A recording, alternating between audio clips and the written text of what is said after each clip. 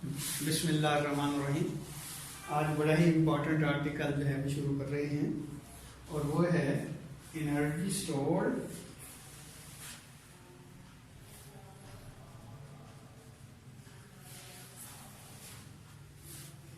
In an inductor.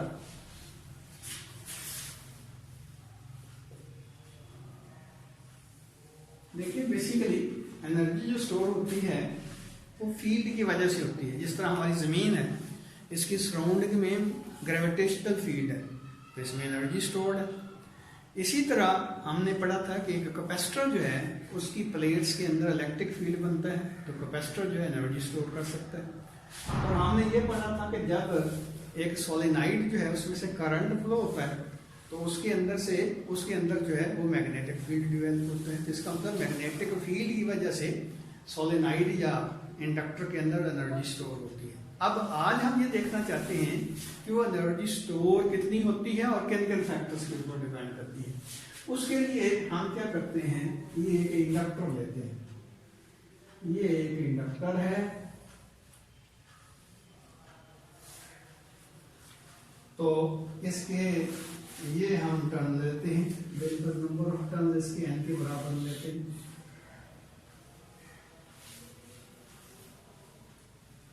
ये inductor बन गया। सोलेनाइड बेसिकली इंडक्टर ही होती है।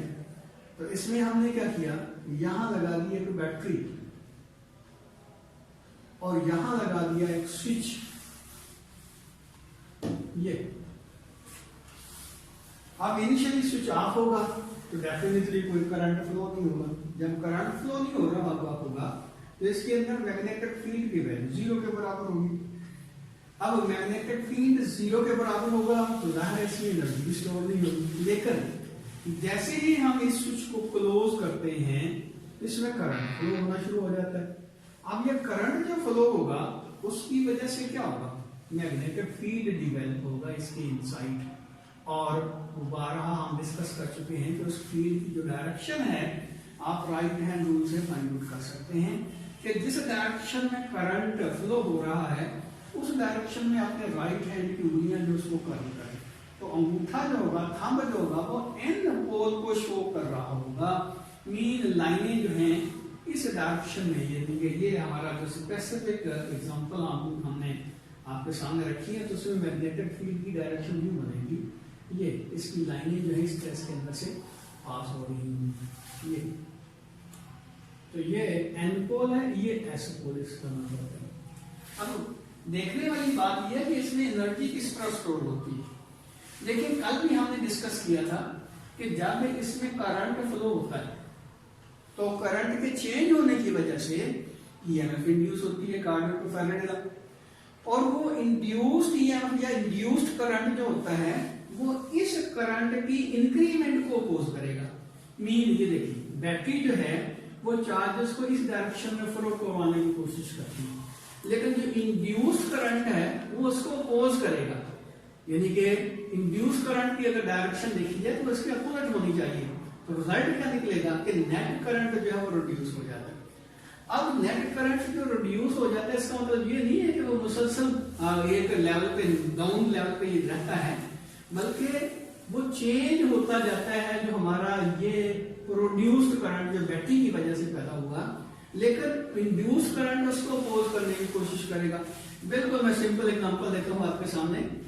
ये देखिए, अगर ये एक बॉल है यहाँ पे खड़ी हुई है तो हम क्या करते हैं, इसके ऊपर फोर्स लगाते हैं। जब हम इसके ऊपर फोर्स लगाते हैं तो क्या होगा, ये रिएक्ट करता है और ये उस वक्त तक रिएक्ट करता रहेगा जब तक हम इसके ऊपर फोर्स लगाएंगे। अब यहाँ जब पहुंच जाए तो हमने फोर्स लगाना खत्म कर दिया तो क्या होगा, अब ये बॉल यूनिफॉर्म वेलोसिटी से मूव करेगी। इसका मतलब ये हुआ कि हमने फोर्स खत्म की तो यहाँ से भी फोर्स की वैल्यू जो खत्म होगी। अदरवाइज अगर इसके ऊपर फोर्स लगती तो डेफिनेटली ये यूनिफॉर्म वेलोसिटी से ना मूव करता ना, इसमें एक्सेलरेशन होता।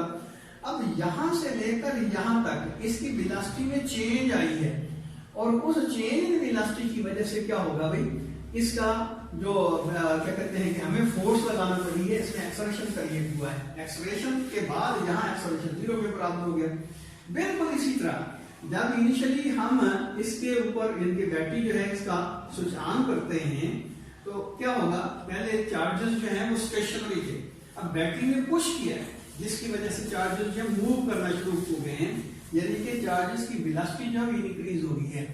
और जब तक इसकी वेलोसिटी जो है चार्जेस की, जिसको हम करंट कह सकते हैं, फ्लो ऑफ चार्जेस ही है ना करंट, तो जब इसकी वेलोसिटी जो है वो यूनिफॉर्म हो जाती, mean steady state current flow होना शुरू हो जाता है, तो अपोजिशन नहीं रहती। तो वही जो अपोजिशन है उस वक्त पैदा हुई थी जब इसका करंट इंक्रीज हो रहा था, उसी अपोजिशन को कहते हैं हम इंड्यूस करंट, यानी कि वो इंड्यूस करंट जो होता है इस करंट को, यानी इन चार्जेस की फ्लो जो है उसको रोकने की कोशिश करता है, अपोज करता है। और यही बात यहाँ देखिए, अगली बात भी हम यही कह देते हैं कि ये बॉडी जो है यूनिफॉर्म वेलोसिटी से, यानी ये बॉल जो है यूनिफॉर्म वेलोसिटी से स्लाइड कर रही थी, ये समझने के सरफेस जो हमारी फ्रैक्शनलेस है। जब यहाँ हम इसको रोकने की कोशिश करते हैं तो क्या होगा, अब ये देखिए, जब इसको रोकने की कोशिश करेंगे तो भी ये हमारी फोर्स को अपोज करेगी। इसका मतलब ये हुआ कि जब ये रुक जाएगी, अब ये देखिए इसमें कोई ऐसी एसोसिएशन या ऐसी कंडीशन अब नहीं है कि वो हमारी फोर्स को अपोज करे, क्योंकि रुक गई है, हम फोर्स लगाना खत्म कर देते हैं, तो ये भी फोर्स इसकी खत्म हो गई है, तो बॉडी जो है यहाँ पे रुक गई। तो याद रखिए, जब ये इसकी वेलोसिटी इंक्रीज हो रही थी उस वक्त ऑपोजिशन का सामना करना पड़ता था इस फोर्स को, और जब इसकी वेलोसिटी डिक्रीज होती जाती है, इसकी वेलोसिटी को हम डिक्रीज करने के लिए ये फोर्स लगाते हैं, तो डेफिनेटली उस वक्त की ये हमारी फोर्स को अपोजिशन का सामना करना पड़ता है इसकी मोशन की वजह से। बिल्कुल इसी तरह यहाँ देखें कि जब चार्जेस जो हैं उनको एक्सेलरेट करना होता है तो उस वक्त भी उसके ऊपर फोर्स लगती है, इंड्यूस्ड करंट फोर्स लगाता है। और इसी तरह जब इसका स्विच हम ऑफ करेंगे तो क्या होगा, इसका मतलब ये होगा कि अब बैटरी ने फोर्स लगाना जो है वो खत्म कर दी है, तो उस वक्त फिर करंट जो है वो रिड्यूस होने की कोशिश करेगा। तो करंट रिड्यूस होने की कोशिश करेगा तो करंट इंड्यूस हो जाएगा, यानी कि करंट जो है वो जीरो की तरफ आएगा, तो इंड्यूस करंट इसी डायरेक्शन में, यानी कि इसी डायरेक्शन में करंट को फ्लो करवाने की कोशिश करेगा। इस तरह यहाँ देखिए कि अब जब ये इधर से बॉल इधर जा रही थी तो ये हमारी फोर्स को रेजिस्ट कर रहा था, अब ये बॉल इधर से इधर जा रही है तो इसी डायरेक्शन में मूव करने की कोशिश करती है ना, जिस डायरेक्शन में ऑलरेडी मूव कर रही थी। अब पहले हमने इसको फोर्स लगा के यानी कि यहां से यहां तक एक्सेलरेट किया, अब जब हम इसको रोकने की कोशिश कर रहे हैं तो ये बॉल जो है ऑटोमेटिकली इधर मूव करने की कोशिश करेगी ड्यू टू इनर्शिया।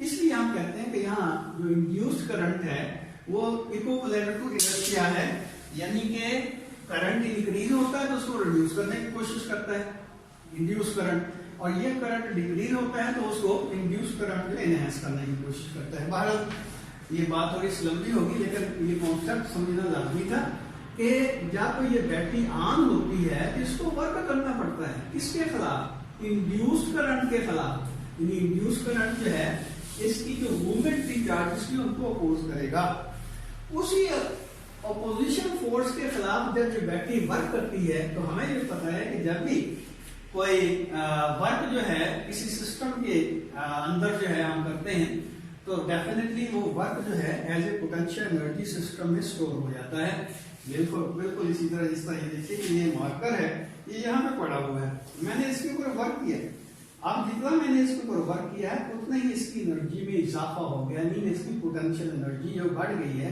और कितनी बड़ी है, जितना हमने वर्क किया।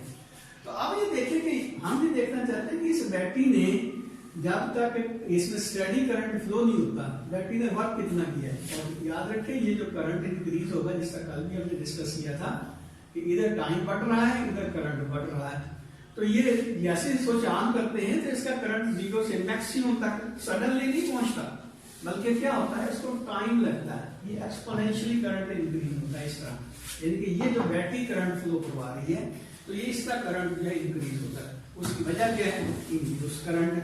इसका मतलब इस बैटरी ने इस ड्यूरेशन में बैटरी ने वर्क किया है। अब वो वर्क कितना, तो वर्क जो है हम इसके पोटेंशियल डिफरेंस की टर्म में इसको डिफाइन करते हैं। हमने ये पढ़ा था कि पोटेंशियल डिफरेंस जो होता है,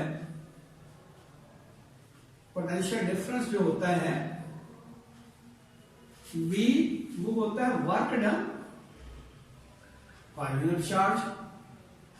अब बिन फर्जी इतने टाइम में बैटरी ने इसमें जो चार्ज मूव करवाया है उसकी वैल्यू डेल्टा क्यू के बराबर, डेल्टा क्यू चार्ज इसने मूव करवा लिया है कितने टाइम के अंदर। उसके बाद जो है जाहिर है चार्जेस जो मूव करते जाते हैं, लेकिन अब ये स्मूथ मूव करना शुरू कर दिया है चार्जेस ने, एक्सोलेट नहीं हो रहे, दूसरे लफ्जों में ये कह लें। तो इसका क्या मतलब हुआ, V is equal to work per unit charge, यानी कि पोटेंशियल डिफरेंस जो होगा वो वर्क ओवर चार्ज होगा। अब चार्ज है डेल्टा क्यू, इसका क्या मतलब हुआ कि हम कह सकते हैं कि वर्क जो होता है वो क्यू डेल्टा क्यू और V के प्रोडक्ट के बराबर होगा। अब ये V क्या है, ये बेसिकली इसने जो EMF इंड्यूस हुआ था उसके खिलाफ इस बैटरी ने वर्क किया ना। इसका मतलब ये हुआ कि ये V उस वक्त तक, इनके वर्क उस वक्त तक होता है जब तक इसमें EMF जो है इंड्यूस EMF जो है वो प्रोड्यूस होती रहती है। इसका मतलब ये हुआ कि यहाँ पोटेंशियल का डिफरेंस जो है एक्चुअली इंड्यूस EMF के बराबर होगा। तो हम कह सकते हैं कि work is equal to delta q epsilon L, ये इंड्यूस्ड EMF जो इसमें पैदा हुआ। और इंड्यूस्ड EMF किसके बराबर होता है, इंड्यूस्ड EMF जो होता है वो हमने पढ़ा था, इसकी नेगेटिव साइन जो इसको इग्नोर कर देते हैं, L delta I over delta T। जब तक करंट चेंज होता रहता है with respect to time, EMF उस वक्त तक इंड्यूस होता रहेगा।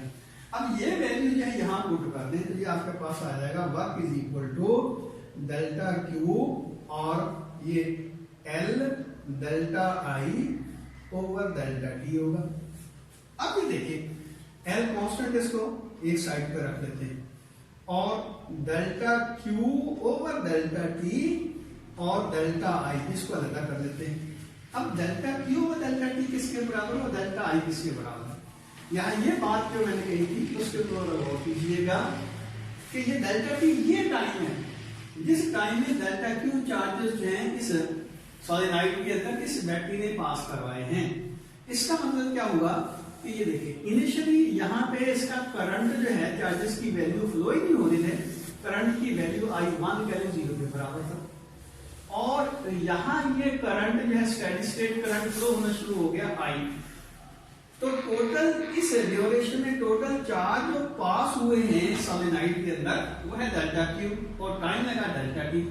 तो ये delta Q by delta T इन दोनों क्वांटिटीज का, यानी कि करंट की दोनों क्वांटिटीज की एवरेज वैल्यू होगी। इसका मतलब ये होगा कि ये आई एवरेज जो होगा वो किसके बराबर होगा, delta Q over delta T.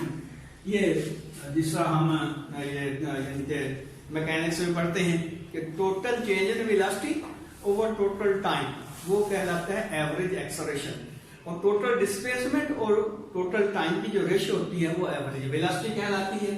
यहाँ भी टोटल चार्ज और टोटल टाइम की जो रेशियो होगी वो एवरेज करंट कहलाएगी। इसका क्या मतलब हुआ कि ये delta Q by delta T ये एवरेज करंट है, और एवरेज करंट यहाँ देखिए हमारा इनिशियल करंट जो है I 0 के बराबर है और फाइनल करंट I2 कहें ये I इक्वल है। तो I एवरेज किसके बराबर होगा, I एवरेज आपके पास आ जाएगा, दोनों को जमा कर देते हैं I1 plus I2 divided by 2 और I1 0 के इक्वल है और I2 जब I के इक्वल है तो ये 2। इसका मतलब ये है कि एवरेज करंट जो होगा वो I बाई 2 के बराबर हो जाएगा। अब अगली बात ये डेल्टा I है, डेल्टा I जो चेंज आई है करंट में, देखिए I1 और I2 ये दो करंट की इनिशियल और फाइनल स्टेट्स हैं, इनका जो डिफरेंस होगा डेल्टा I वो इसकी यदि चेंज के बराबर होगा। मीन हम कह सकते हैं I2 माइनस I1। अब I2 की जगह I पुट कर देंगे, जो स्टेडी करंट इसमें फ्लो होना शुरू हो गया, और I1 की जगह 0 पुट कर दें तो इसका मतलब डेल्टा I जो है आपके पास वो I की इक्वल होगा। अब इस इक्वेशन में ये दोनों वैल्यूज जो पुट कर दें, I एवरेज और डेल्टा I की वैल्यू पुट करेंगे तो ये आपके पास आ जाएगा work is equal to L और ये आ जाएगा I एवरेज I बाई 2 और डेल्टा I इसको हम कह सकते हैं हाफ LI स्क्वायर। लेकिन ये वर्क हमने पहले जिस तरह डिस्कस किया कि ये वर्क एक्चुअली इस सोलेनॉइड में, इस इंडक्टर में as a potential energy store होगा। इसका मतलब इसको कह सकते हैं कि ये वर्क जो है वो पोटेंशियल एनर्जी के बराबर है, और पोटेंशियल एनर्जी आमतौर पर इसका आपको पता है कि यू से शो करते हैं उसको, तो यू आपके पास आ जाएगा हाफ एल आई स्क्वायर। ये आपके पास एनर्जी स्टोर होगी जो इस इंडक्टर के अंदर है। अब इसकी वैल्यू जो है आप फाइंड आउट करना चाहते हैं, तो उसके लिए हमें एल की वैल्यू का पता होना चाहिए, आई की वैल्यू का पता होना चाहिए। तो इसमें u is equal to half L I. अब l किसके इक्वल होगा और i किसके इक्वल होगा? तो हमने ये पिछले आर्टिकल में ये देखिए सेल्फ इंड्यूस ईएमएफ में या सेल्फ इंडक्शन वाले आर्टिकल में हमने पढ़ा था कि L जो होता है एक्चुअली ये सेल्फ इंडक्टेंस है, तो N फाई जो होता है वो L I के इक्वल होता है। N phi is equal to L I। तो यहां से L की वैल्यू निकाले तो ये आ जाएगा N फाई ओवर I। अब फाई क्या है? फाई है इसका मैग्नेटिक फ्लक्स। अब मैग्नेटिक फ्लक्स की वैल्यू किस तरह फाइंड आउट करना चाहते हैं, किस तरह फाइंड आउट करेंगे? ये देखिए, ये जो हमारे पास सोलेनोइड है इसका ये एरिया क्रॉस सेक्शन ए है, ये वाला एरिया। जैसे समझ लें कि ये हमने इसके ऊपर वाइड अप किया ना, सोलेनोइड बनाई है, तो ये एरिया जो होगा ये एरिया क्रॉस सेक्शन है इसका। तो ये ए इसका एरिया है। इसमें मैग्नेटिक फील्ड जो डेवलप हुआ है वो करंट की वजह से हुआ। तो इसका मतलब ये हुआ कि इसका फ्लक्स जो होगा फाई वो किसके बराबर होगा? बी और ए के प्रोडक्ट के बराबर होगा। याद रखिए, अब यहाँ एरिया और बी इन दोनों की जो डायरेक्शन है वो एक दूसरे का पैरेलल है, यानी कि ये एरिया का जो प्लेन बनता है वो मैग्नेटिक फील्ड के परपेंडिकुलर है। तो जब ये एरिया और मैग्नेटिक फील्ड एक दूसरे का पैरेलल हो, जब प्लेन और मैग्नेटिक फील्ड एक दूसरे के परपेंडिकुलर हो, तो इसका मतलब ये होगा कि इनके दरमियान जो एंगल बनता है बी और ए के दरमियान वो है 0 डिग्री। तो cos 0 आपको पता है कि 1 के बराबर होता है, इसलिए इसका फाई जो है वो बी और ए के प्रोडक्ट के बराबर होगा। अब बी किसके बराबर होगा? यहाँ बी जो होगा वो म्यू नॉट एन आई के इक्वल होगा। तो इसका मतलब फाई किसके बराबर हो गया? म्यू नॉट एन आई ए आ गया।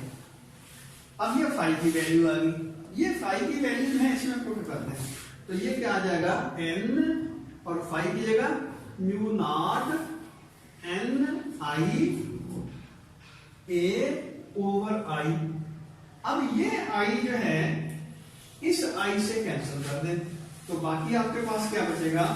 N is equal to N mu naught N ए।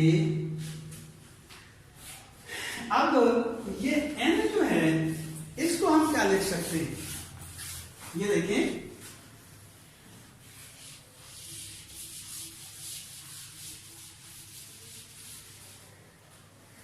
अगर ये सोलेनोइड जो है यानी कि इंडक्टर जो है उसकी लेंथ या स्मॉल एल के बराबर है,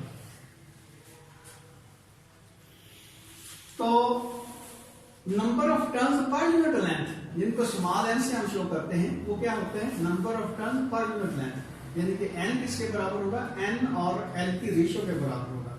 यहां से हम n की वैल्यू निकालें तो ये आ जाएगा n इंटू एल। ये है number of turns per unit length और ये l इसकी टोटल लेंथ है। याद रखें, पहले तो हम इसकी लेंथ कैपिटल एल से शो करते थे, अब मैंने स्मॉल एल क्यों लिखा है? इसलिए कि कंफ्यूजन ना हो। कैपिटल एल जो है वो सेल्फ इंडक्टेंस के लिए हम इस्तेमाल करते हैं, और ये एल जो है इस सोलेनोइड की या इस इंडक्टर की लेंथ है। अब ये n की वैल्यू इसमें पुट कर दे तो l आपके पास आ जाएगा n की जगह n into L mu naught N A, n into L mu naught N A. तो ये n स्क्वायर हो जाएगा, तो ये आ जाएगा n square mu naught A L. अब ये वैल्यू जो है n की ये इस इक्वेशन के अंदर, एनर्जी वाली इक्वेशन के अंदर पुट करें। और साथ ही एक और बात कि ये देखिए, हमने जो B की वैल्यू ली थी, ये B की जो वैल्यू ली है सोलेनोइड के अंदर या इंडक्टर के अंदर जो मैग्नेटिक फील्ड पैदा होता है म्यू नॉट एन आई के इक्वल होता है। तो यहां से भी आई की वैल्यू निकाल लें तो ये आ जाएगा B over mu naught N. अब ये देखिए, इसमें एक एल आ रहा था, एक आई आ रहा था। एल की वैल्यू आपके पास ये आ गई, आई की वैल्यू आपके पास ये आ गई। ये दोनों वैल्यूज एनर्जी वाली इक्वेशन में पुट करते हैं तो यू आपके पास आ जाएगा हाफ, एल की जगह लिखेंगे N square mu naught A L, और आई की जगह ये आई का स्क्वायर यानी कि ये आ जाएगा B over mu naught N इसका स्क्वायर। इसका क्या मतलब हुआ, ये देखिए, ये आपके पास आ जाएगा half n square mu nought B square over mu nought square n square A और एन। अब जो कॉमन फैक्टर है उनको कैंसिल करते हैं, एन स्क्वायर से एन स्क्वायर कैंसिल हो जाएगा, इसका स्क्वायर इस म्यू नॉट से कैंसिल हो जाएगा, और बाकी आपके पास क्या बचेगा, ये आ जाएगा half B square over mu naught A N two N. तो ये आ जाएगी energy stored in the inductor. अगर हमें ये कहा जाए कि एनर्जी डेंसिटी निकालें, यानी कि energy stored per unit volume आपने निकालना है, energy density energy stored per unit volume. ये देखिए, इस बात के ऊपर गौर करें जरा कि ए एल किसके इक्वल, ए इसका एरिया ऑफ क्रॉस सेक्शन है इंडक्टर का, और इसकी लेंथ जो है इक्वल है, इसका तो ये वॉल्यूम होगा, यानी कि ये जो हमारा इंडक्टर है इसका वॉल्यूम किसके इक्वल हो जाएगा, ए और एल के। इसका मतलब ये हुआ कि एनर्जी डेंसिटी जो होगी, यानी कि म्यू कह लें या यू स्मॉल कह लें, ये एनर्जी डेंसिटी के लिए हम इस्तेमाल करते हैं, यू ओवर ए एल आएगा। ए एल वॉल्यूम है, यानी कि ए एल की जगह आप वॉल्यूम भी लिख सकते हैं। तो ये किसके इक्वल होगा, इसको भी ए एल से डिवाइड करें, इसको भी ए एल से डिवाइड करें, तो आपके पास बाकी बचेगा half B square over mu naught. तो ये एनर्जी डेंसिटी जो होगी, energy density is equal to U small कह लें, वो आ जाएगा half B square over mu naught के इक्वल। तो ये एनर्जी डेंसिटी की वैल्यू आ जाएगी, ये एनर्जी स्टोर्ड की वैल्यू आ जाएगी, और ये एनर्जी डेंसिटी की वैल्यू आ जाएगी। तो ये कल भी कुछ क्वेश्चन जो है वो रह गए थे इस चीज को, तो